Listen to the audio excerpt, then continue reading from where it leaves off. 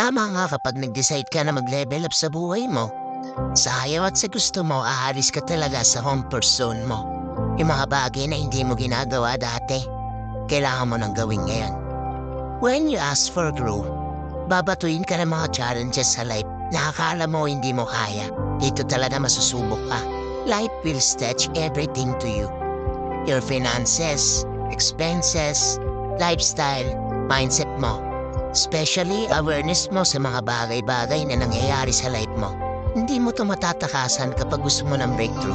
Because the universe will see kung talaga bang deserving ka sa mga bagay na gusto mo makuha. Lahat ay may kapalit. If you ask for success, when you should invest time, effort, passion, and persistence sa ginagawa mo. Kaya kung napanood mo to, accept the challenges na binibigay sa'yo. Embrace it. Naniniwala ako na kapag nalampasan mo yan, worth it lahat ng pagod mo.